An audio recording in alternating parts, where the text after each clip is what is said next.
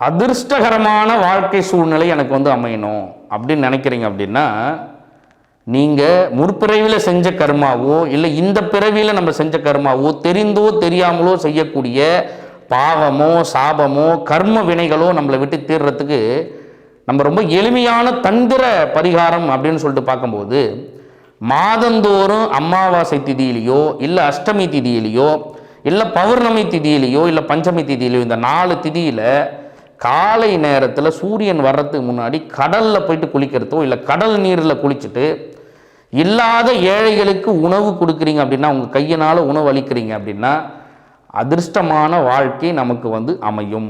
விரும்பிய வாழ்க்கை நமக்கு வந்து அமையும். நம்ம எண்ணக்கூடிய எண்ணங்கள் எல்லாம் நமக்கு வந்து நிறைவேறும். என்னால் பிறருக்கு வந்து வாங்கி கொடுக்குற அளவுக்கு வசதி இல்லை, உணவு அளிக்கிற அளவுக்கு வசதி இல்லை அப்படின்றவங்க நம்ம சாதாரணமாக கடையில் இருக்கக்கூடிய மிச்சரையோ இல்லை அரிசியோ உணவையோ ஏதாவது பட்சிகளுக்கு நம்ம உணவாக அளிக்கலாம், இல்லை மச்சங்களுக்கு உணவாக நம்ம வந்து அளிக்கலாம். அந்த மாதிரி அளிக்கும்போது கடலில் குளிச்சுட்டு இதை நீங்கள் வந்து செய்யணும். அந்த மாதிரி செய்யும்போது ஒரு நம்ம எதிர்பார்க்காத நம்ம நினைக்காத அதிர்ஷ்டமான வாழ்க்கை சூழ்நிலை நமக்கு வந்து அமையும்.